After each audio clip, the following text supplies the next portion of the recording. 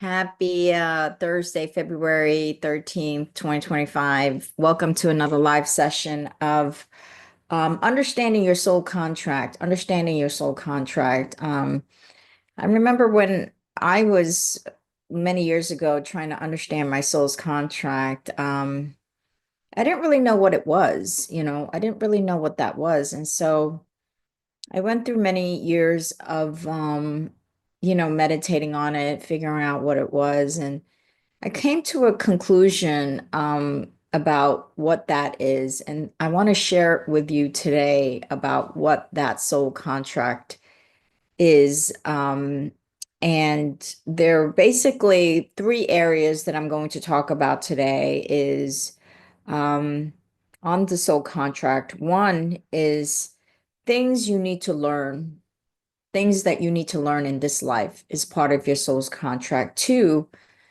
things that you need to teach other people that you've come to this life to teach others. And three, that the soul contract is not necessarily set in stone. I think people think that sometimes soul contract is set in stone, but it's not necessarily set in stone. It could be changing, transforming, evolving, even in this life. So those are the three things that we're going to discuss today. And if you have any questions about this topic or any other topic, let me know. I'm happy to answer. This is why I come on live. So today's topic is all about understanding your soul contract. So let's just clear the energy of the room, set the intention, and then we'll get right into it. Just be present, breathe naturally, and focus on the now.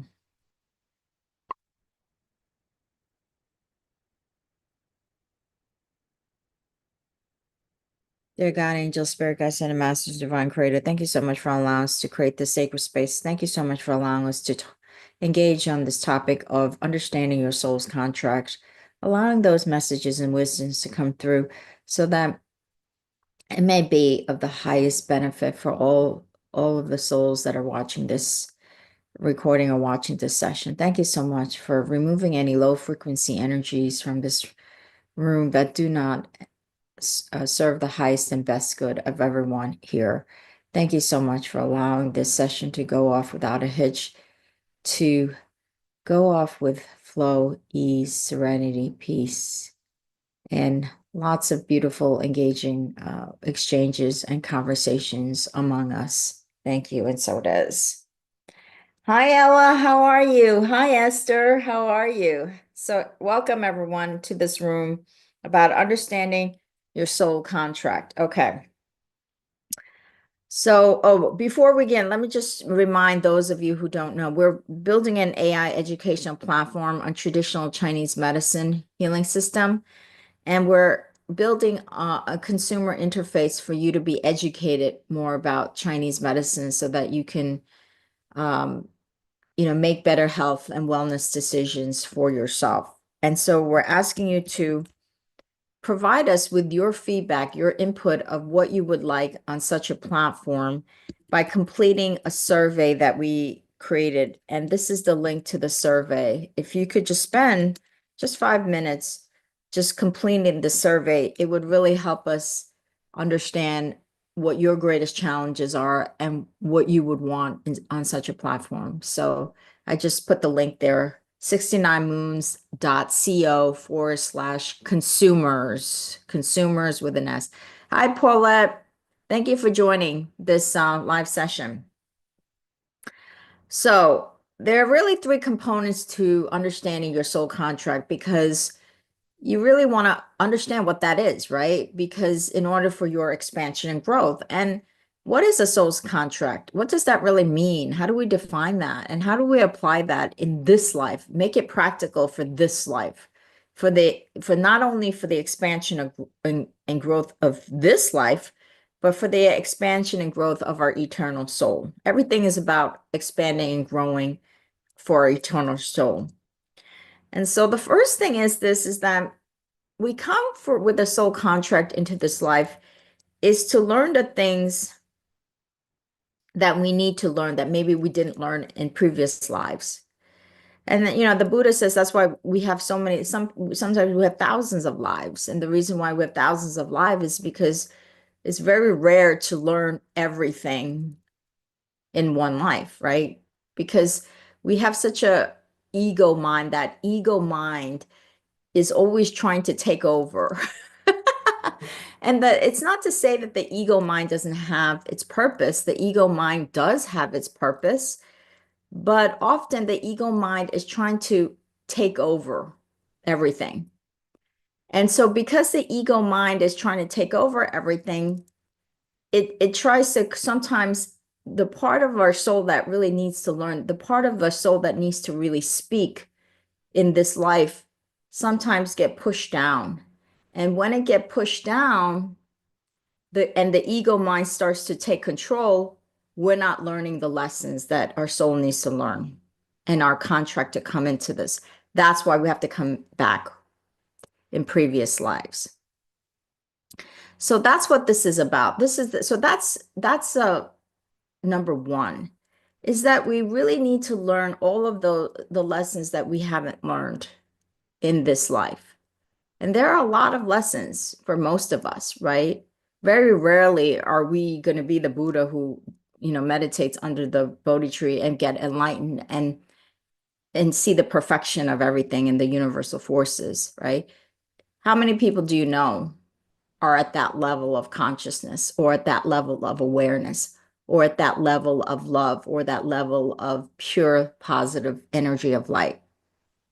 Most of us are carrying a lot of low frequency energy, even those of us who have good intentions and that live with good intentions, and our actions are positive, and we are honest and we contribute to society. We're still holding on to a lot of garbage, right? All of us.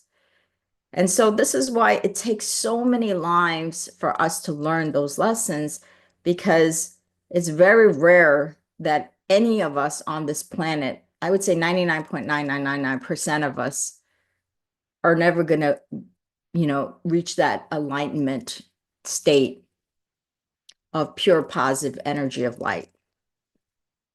And so it takes so much. So that's the soul contract, is to learn, number one, the things that we didn't learn in our past lives. Now, how are we learning those things? How does that manifest? How does that soul contract manifest in this life when we need to learn things? Is that it manifests through situations that feel challenging to us, whether it's situations of people around us that feel low frequency, that feel hard to manage and deal with, right? Where you feel like you're being drained by, quote unquote, their toxic energy, and they're always causing problems, or situations that keep arising that feel difficult, that feel difficult.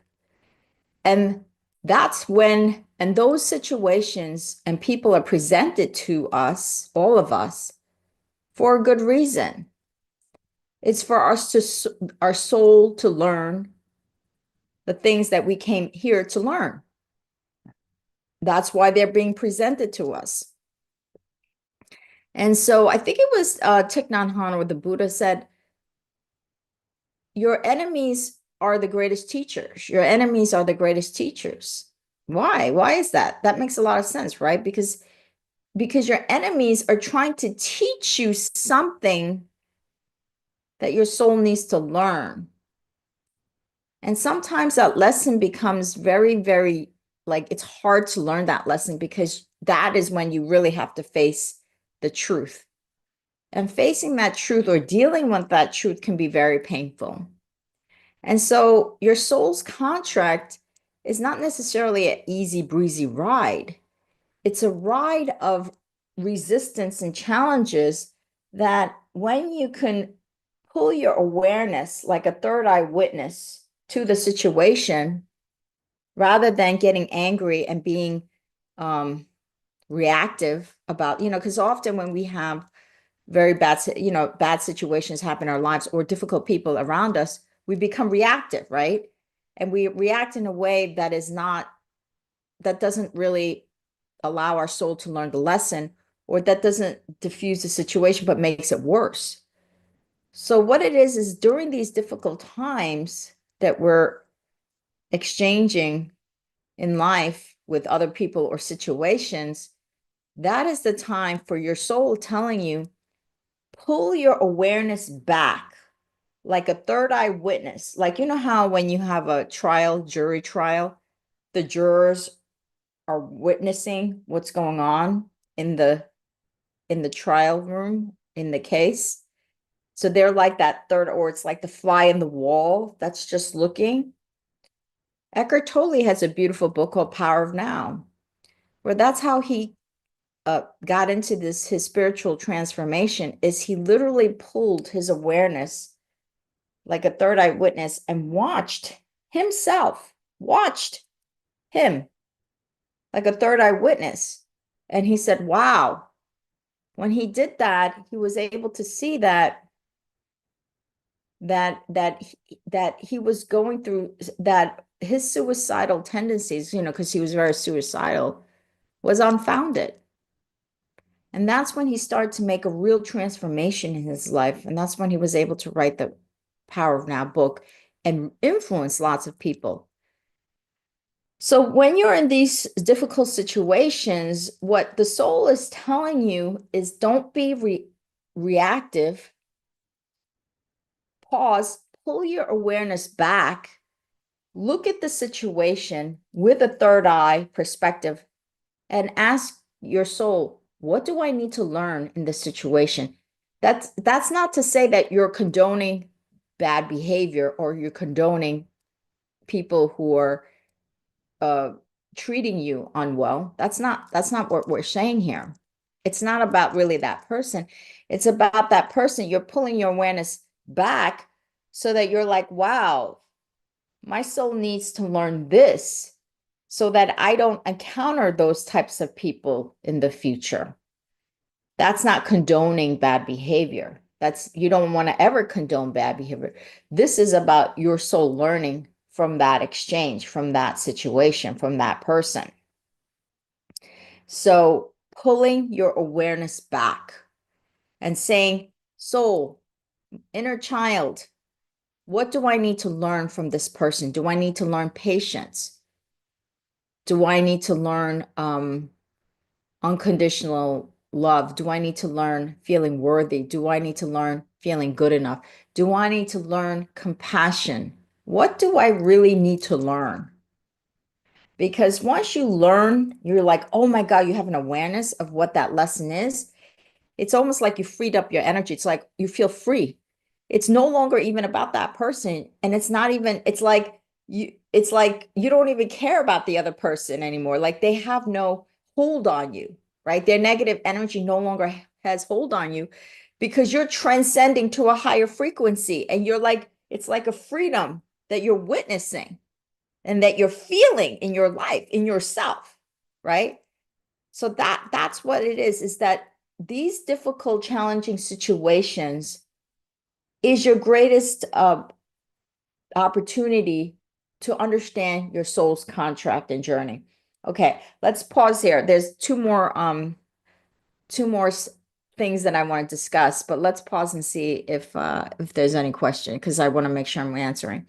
Hi, Vanshinka. Hi, Ella. Hi, Vladimir.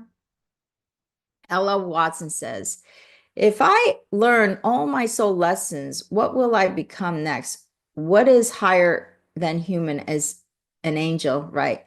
Okay, so there are in Buddhism, they're called the bodhisattvas. Bodhisattvas are these energies that come into this time-space reality called life to teach others the wisdoms and compassion.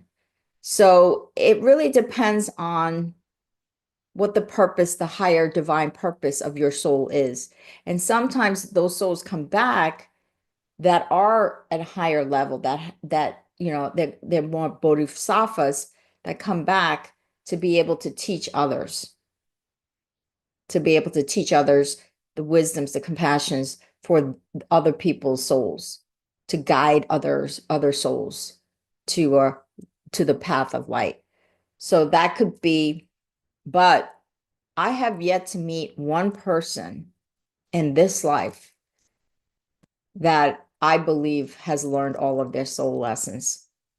I mean, to me, it feels like almost like winning the lottery, or maybe even worse. The odds of me seeing somebody who I thought learned everything is just almost zero, almost zero. Because you literally, if you've learned all of your soul's lesson, you're gonna be more like you would be more like the Buddha or the even like Jesus. Jesus, who got crucified. He got crucified, right?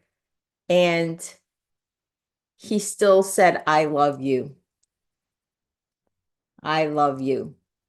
With the people that, do you know anybody on this planet that gets crucified like that and says, I love you? That is what we're talking about. So if I would be very skeptical if somebody said to me, I learned all my soul's lessons, I would be highly, highly skeptical because that level is so high. It's like it's just pure positive energy of God and the divine. And so how many people do you really know that embodies that? I've met every single person that I've met, including myself, is flawed, right? So, but it's a very good question, Ella. Very, very good question. Thank you. Vladimir, very true. You just have to start eliminating bad energy and adding normal energy. I think that's a good start. I agree. That is a good start. Paulette Juarez says, Hi, Paulette. One of my major lessons in this life is setting boundaries with those in my life. I also need to learn self-compassion and acceptance. Yes. Thank you, Paulette, for sharing that. I agree. I think a lot of us need to learn self-compassion and acceptance. And a lot of us need to set those boundaries to keep a healthy boundary. So thank you for your comment, and thank you for letting us know what some of the things your soul contract is in this life. Okay, so let's get to the second. Ella says, Ella wasn't see how our thoughts. I was thinking about that today in the afternoon, and boom, the live session comes on. Yes, Ella, we're on the same frequency. That's what it is. We are on the same frequency. Okay. So part two is what is the soul contract part two? Part one was all of the things that your soul needs to learn and wants to learn. That's why it comes into this life. That is part of that contract. Like, okay, I am coming to learn these things in this life. Part one. Part two. Part two is that we're all learning from each other, right? The reason why our soul grows and expands and learns lessons is because we have each other, right? All the souls, all the energies that are on this planet, right? We're interacting with each other constantly, right? We're all interdependent on each other. There's, you know, we're all interdependent on each other. If we go to the hospital, we're dependent on the doctors and the nurses and the medical assistants and the people that run the hospital. When we go on an airplane, we're dependent on the pilot, the stewardess, the airplane, right? We're always dependent on each other for something. Our food, when we get our food, we are dependent on our farmers, the distributors of the food, maybe the supermarkets, right? Who is not dependent on, where is it that we're never dependent on each other? So we're always dependent on each other. And so one of the things is and because we're dependent on each other, we are learning lessons from each other. Always, we're learning lessons. Whether we're taking in those lessons or choosing to not learn those lessons, that's a choice that we have. That's a choice that we were given. We were given the um, the choice mechanism that we could choose to learn or choose not to learn. And so part two is we come into soul contract to teach others so that they may learn their soul lesson. And teaching others doesn't mean that you're necessarily a bodhisattva, meaning that you're all light and compassion and love. What it means is that because of the way we show up in a relationship is that we're teaching others, and the way we show up may not be high vibes frequency. It could be low vibe. And because it's low vibe, the other person has to learn lesson from us of the things that so if let's say you're in a relationship, you're in a relationship with someone, let's say husband wife situation. The wife is always, let's say, nagging at the husband about things and always complaining about things, right? That's kind of low frequency, right? That's a low frequency energy, constantly nagging and complaining to the husband.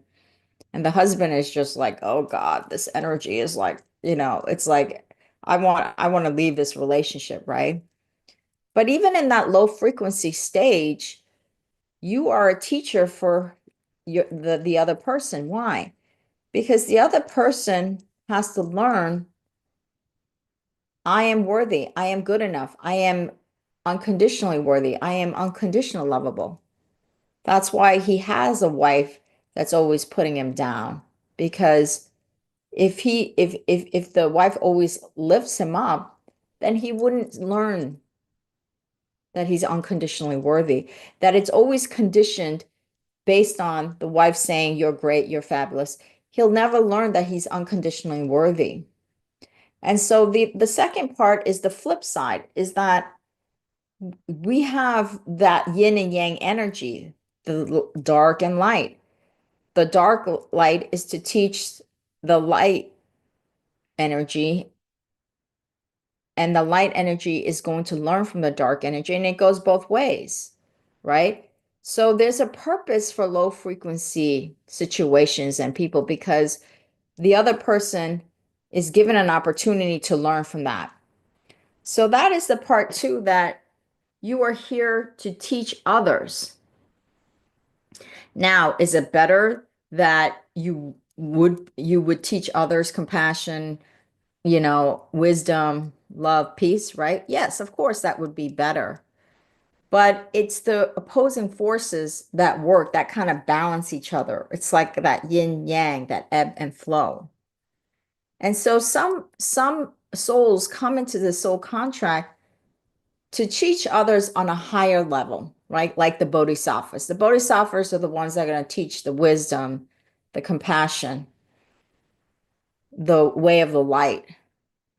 But know that every single one of us is a teacher for others, whether we are more low frequency or whether we're higher frequency, we are a teacher. And we are here to serve that purpose as a teacher for others. And it's up to the other people to learn whether they're gonna learn or not learn, choose to learn or choose not to learn. And this is where the soul's journey comes in, because that's why we keep reincarnating over and over again to new life, new life, new life, because oftentimes we're choosing not to learn those lessons. And so then we make another soul contract to come into to a new life to learn the things that we didn't learn. So that's really part two. It's a two-way street. It's to learn and also to teach. That's our soul's contract, to learn and also to teach. Okay, so let me just take a break here and see if there's any questions, so that before I go to step number three. Hi, Carolyn. Hi, Carol. You're welcome, Carolyn. It's my pleasure. Okay, so if there's no questions so far and what I have just discussed, the part one and part two, we can go into part three. So the part three is that the soul contract, people often think it's set in stone. It's like it's immutable. You can't change it. You can't change the outcome of the soul's contract. It's not true. It's not immutable. It's like they think it's set in stone. It's like the Bible. You can't change it. It's not true. We can always change it by the choices that we make, because we have the power of free will, the power of choice. And that's one of the great things that the divine gave us is power of free will. Now, free will comes with a cost. It comes with a beautiful, it could come with a beautiful positive outcome, or it can come with a cost of something low frequency, something negative, something that we don't want in our life. Because the choices that each one of us make is going to have an effect on our future, right? So if we make good choices, we'll have a much better future. If we make bad choices, we're going to have a bad future, right? Everybody, I think that's common sense to know that whatever choices that we make, and we were given that free will. And the reason why we're given the free will is because there's love behind that. There's love behind giving. Think about it. There's love behind giving somebody free will. So if you truly love somebody, let's say you love somebody, right? You're going to let them be. You're going to let them make choices. You're not going to try to control. You're not going to try to manipulate. You're not going to try to make them do something that you want them to do. That's not true love. True love is to say, I'm going to let you do what I'm going to let you make those choices, and I'm going to be here. And if you need me, I'll support you, right? That's true love. Or true love is to let somebody go. If somebody, let's say, unconditional true love is to let somebody go, let somebody be who they are. Because freedom is love, that you're allowing that freedom. So, and that's what the divine did. The divine gave us the freedom of choice, the freedom of this beautiful mind, heart, and soul to be able to make choices and make decisions for ourselves.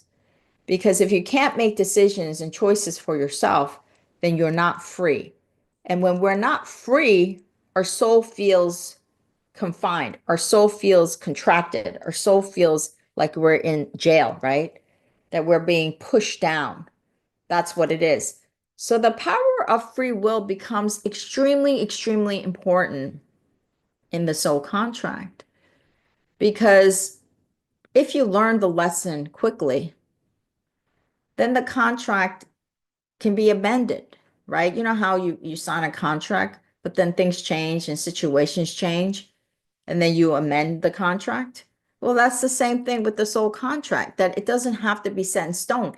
If you have a contract to learn, let's say, self-worth, one of the things that you need to learn, unconditional self-worth, and you have a relationship for 2, 3 months, and you learn quickly in that 2, 3 months that you are unconditionally worthy, unconditionally lovable, then you've amended the contract. The contract is now amended because you don't really have to learn that lesson. But often what's happening is that how many times have you seen people in relationships that do not honor them and do not really lift them up, and they're in that relationship for 10 years, 20 years, 30 years, right? Sometimes they might be in three relationships that are the same relationship, but just a different face, right? And this is why that soul contract feels like it's immutable, because we're not really learning the lessons. We're not pulling our awareness back. We're not pulling that awareness back because we're so in the picture. When you're in the picture, it's hard to see clearly what's going on, right? It's hard to see clear, but when you pull your awareness back, you're like, oh, I get it. I get why that person was in my life, because I need to learn that I am unconditionally worthy. With all the abuse that I have gotten from this person, I am to learn that I am unconditionally worthy and lovable.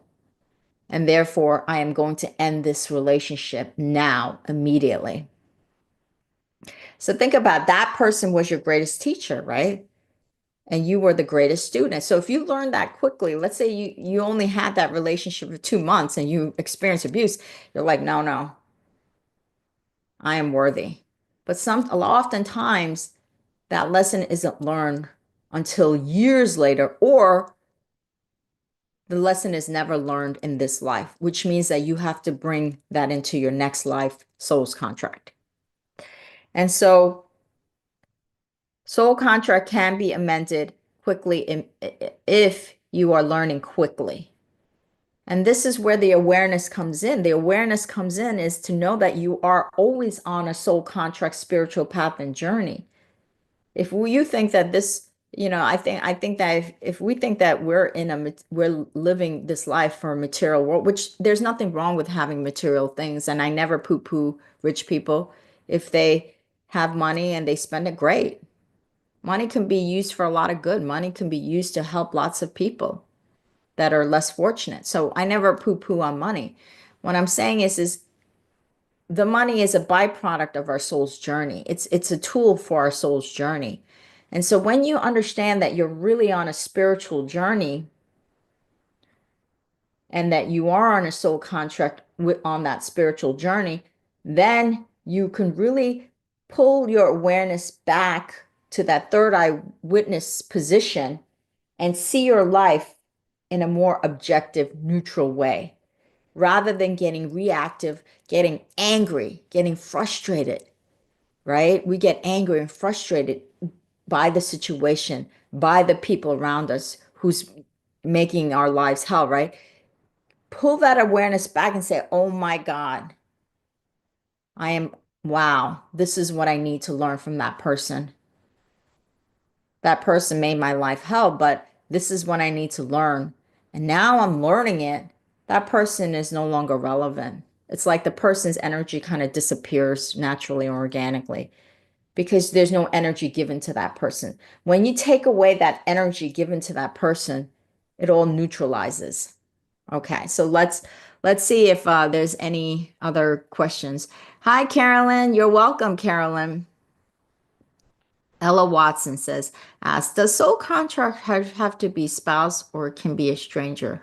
Yeah, it could be with anybody, really. It doesn't have to be a spouse. It could be a family member. It could be with a friend.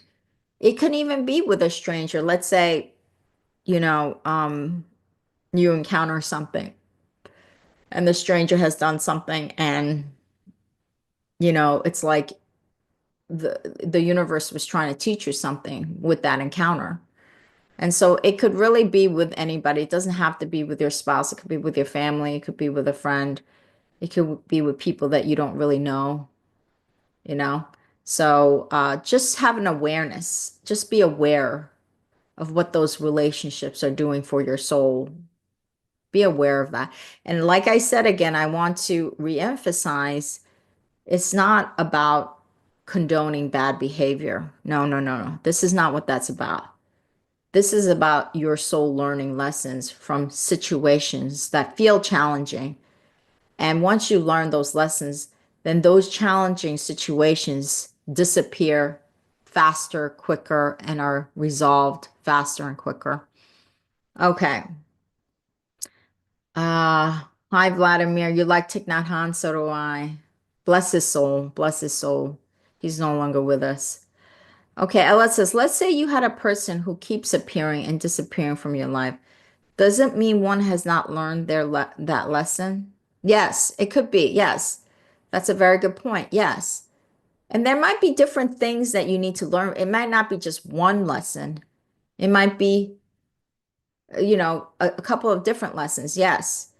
There's a reason why that person's, but sometimes, sometimes what the other thing to look at it, sometimes, yes, it's to learn, but sometimes what it is that maybe when you met somebody for the first time and you needed to learn something and you learned, and then the person, one of you was not ready for that relationship. There's also a readiness, whether you're matching the same frequency. And maybe, you meet the person and one person starts to evolve and raise their frequency, and the other person just stays where they are. And so what's going to happen is this person is going to disappear from your life. If you're raising your frequency, this person is going to disappear because the universe is inclusive. It's not exclusive. So as you raise your frequency, the universe is going to start to show you everyone here, not here. So then the reason why that person might appear again in your life in the future is because that person has raised their frequency. Boom. You see? And so now there's another thing to learn. Maybe there's another thing that you're going to teach each other here. So if that person raises their frequency, then you'll meet again. But if that person is down here and you're going this, then you're going to be passing ships. So the reason why that person would appear again is because boom, there's another reason. Okay. So that's a really, really good question. I really like that question. So thank you so much. I hope that has answered. Ava says, Hi, Moon, dear Moon. I am suffering tremendous from loud street noises such as clapping, car doors, and car motors. I immediately come into fight, flight, freeze modus. My mom had it too. How to deal? Okay. Are you saying that you are living in a situation with loud street noises such as clapping, car doors, and car motors? Is that what you're saying? Are you saying that you're living in a situation where there's constant street noise, clapping, car doors, and car motors? If that is the case and you cannot move, my first suggestion would be to move. Um, but if you cannot move, then what I would do is I would play music that would drown all of that. Playing beautiful music in your home, whatever that music might be. Maybe for you, it's classical music. For some people, it might be jazz. For some people, it might be meditation music. Play music to drown out that noise. You want to drown it out. Or put on some headphones. Put on some headphones before you go to bed to drown out that noise. But if you're saying that it's happening at 2 a.m. in the morning, 2 a.m. in the morning where where you're trying to sleep, right? Because you don't want to have the music on. I would set a powerful intention. I would set an intention. I would write it down on a piece of paper, say, thank you for allowing me to find a better place to live or find a better situation. I know that a better place where there's more peace, serenity, and quiet will come into our experience. Thank you for showing me and guiding us to acquire peaceful place. Set that intention. Set that intention that you're going to move, that it's not just, you're just not going to stay where you are, that you are going to be able to move. And then communicate with the divine. Thank you so much. And believe that it's going to happen. You have to believe it. If you don't believe it, then that cooperative component can't come in. So you've got to believe that the universe has your back. You have to have faith that the universe has your back and that you're going to be able to move to a situation that brings you peace, serenity. Okay. But I would say the immediate thing is to play music and drown out that noise, but set a powerful intention and believe that the universal forces has your back to be able to do that. Believe that with every cell in your body. Okay. You're welcome, Ella. You're welcome. Ava Shank. Okay. Yes, correct. Yes, I get it. Set a powerful intention that you're going to be able to move and that you're going to be in a better situation. Your thoughts really create your reality. It's because it's connecting. Those energies are connecting. So you have to believe that that's going to happen and trust in the process. Is soul contract same as karmic contract? Yes, there is a relationship there. There is some relationship with soul and karmic. Yeah. Because the karma is there's relationship between karma and soul. And so, yes, I would say it's not exactly the same, but there is a relationship between those two things. And karma is also something with that you may have done, like actions that you've taken that is related because the actions that you have taken has yielded certain results. And those results are maybe something that your soul needs to learn, right? So it is definitely connected. The karmic things are the actions that you've done in the past, and now your soul has to remedy it or it has to reap the rewards of it, one or the other. So it's the karmic actions, and the soul is the kind of the recipient of those actions that have been taken. And whether the actions are good or bad, the soul is the recipient, and the soul then goes into a contract to learn, whether it's to learn those lessons or teach others. You're welcome, Ava Shank. It's just during the day. Okay. Thank God. I'm so glad that it's just during the day. So you probably just live in a really busy area. So one of the things is you want to set your intention to move. And then you want to say to the universe every day, wake up or before prayer, say, I know you're going to allow me to move to a peaceful place. And then what can you do? How can you move that energy forward? Start to move that momentum energy forward. What is it that you can do? Maybe you could start to do research on other areas that you can afford or that is possible for you. Other areas. Maybe it's in the same city. Maybe it's not even in another city, but it's just a much quieter place. Maybe it's like, 2 miles from where you are, where it's like in this little nook, but it's still in the city. So there's so many possibilities there. So open yourself to those possibilities and start maybe doing some research. So by doing the research, what you're doing is you're moving that energy towards that goal. That's what you want to do. You want to try to move that energy towards that goal. And by the thoughts, the feelings, and the action, you're moving the energy towards that goal. Okay. You're welcome, Evershank. Hi, Ann. Okay. Ella Watson, thank you so much. Is there anything such as twin flame contract?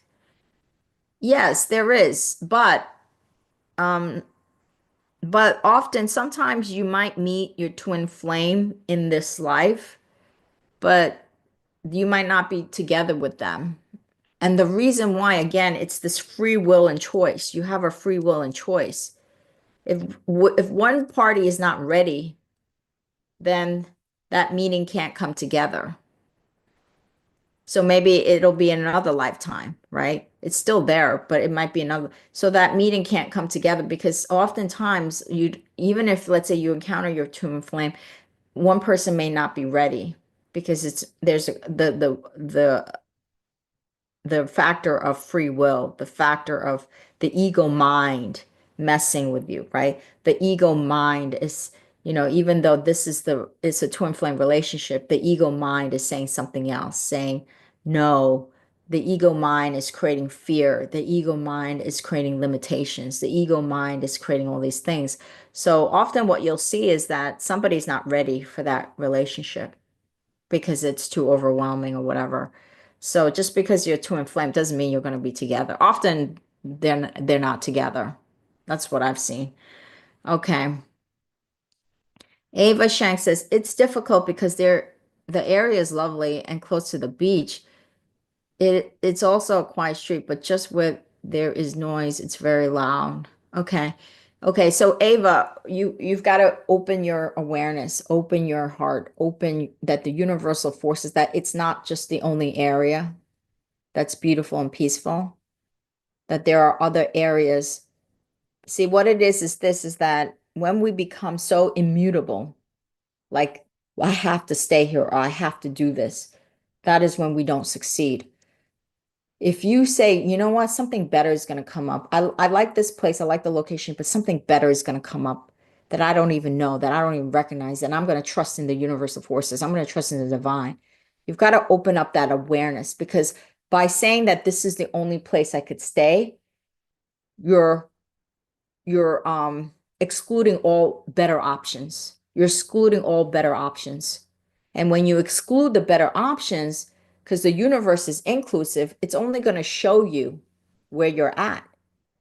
So if you're saying this is all I could be, this is all I have, then the universe will just keep showing you that, and you're not going to find a better place. There is a better place out there for you. I know there is. It's just you've got to be able to connect with that cooperative component, and you're not connecting it when you've excluded everything. You have to open up the mind, open up the heart, and you have to be willing to change and pivot. That's when, and the people that are the most successful, when you see people that are the most successful, it's because they've never stuck to one thing. They've pivoted, they changed, they're flexible, they keep their mind open, they keep their heart open. and they say, ah, there's a better opportunity here. Ah, I'm going to go this way. That's why they're successful. And I've seen it in my own family. Why certain people in my family are not very successful is because they've never wanted to, because change is very, very, it's easy to stay in something. People don't like change. That's what it is. People do not like change. And I understand. I get it. But change is the only constant. So you want to be open to the flow, to change. You have to be, because then the universe will show you. Otherwise, if you're so stuck in this, then the universe can't show you because you've created a blocked energy. That's what you've put a wall up. And so even though the universe wants to show you something better, by staying so rigid, you've created a dam. Okay. So um, thank you, Ava. Okay, let's see. Miracles 888. What's the difference between twin flame and soulmate? Yeah. I think, the way I see twin flame, and some people might argue with this, but the way I see it is a soulmate is somebody that you can learn from different people. I think you could have multiple soulmates, but I think with the twin flame, it's that one energy that truly completes each other. Like it's really that yin yang energy that, but with soulmates, it's kind of like I think there's different people that can come in and teach you things. But with it's kind of, like there's a lock and a key, like when something perfectly kind of fits. But sometimes twin flames, these soulmate and twin flames, there's a misconception that if you meet those people, that you're going to live happily ever after. And it's not true. Oftentimes, when you meet a soulmate or twin flame, there could be friction there, that there could be things that doesn't seem that smooth as you would like it, but you just know, your soul knows that that person is the person you should, is the person that energetically fits. But whether that person is so easy to live with, that's another story. Because the person, again, we have the faculty of the ego mind, and if we just got rid of the ego mind, then those two twin flames that come together can be very harmonious. But once we bring in the ego mind factor, that's when we start to create problems for ourselves and with relationships. And so even the twin flame is there, we know in our soul that this is a beautiful fit. The ego mind starts to interfere, and that's when we start to have problems. That's what it is. We have problems with twin flames. And soulmates, I think twin flame is really that one energy that really is kind of the lock and the key, whereas soulmate is different people. Okay.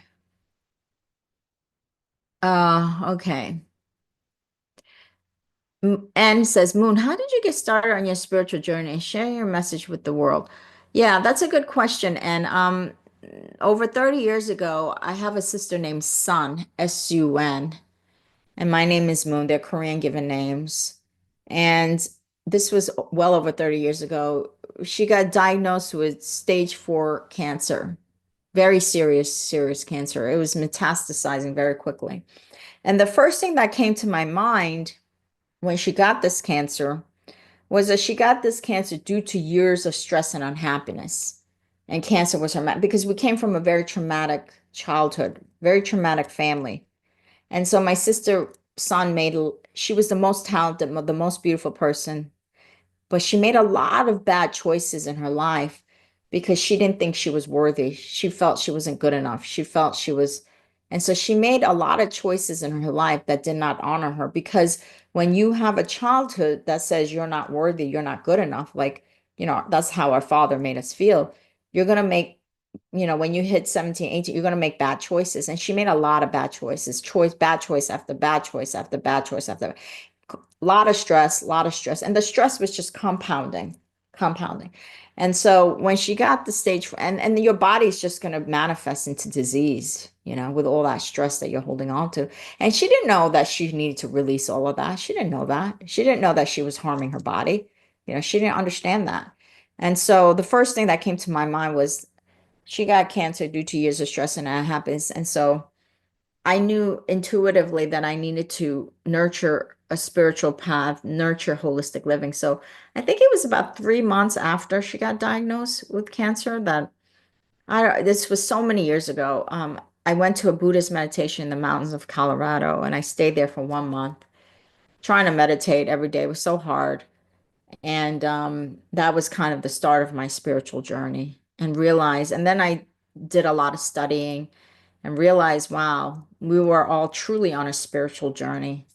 And so that's how I got started. And that's why my prayer beads is custom designed representing the yin and yang energies, the crescent moon and the round sun. You see the crescent moon and the round sun. These are available on my shop. They're all crescent moon and the round sun representing yin and yang. And it was crazy because when I started yin and yang living, because of my interest in spiritual holistic living many years ago, I didn't know it at the time, but later, 2 years later, my mom told me because her generation, they all studied Chinese character. She said, did you know, Moon, that in Chinese, the yin is the moon and the yang is the sun? Because, she studied Chinese character and it blew my mind. It blew my mind. I almost fell to the floor.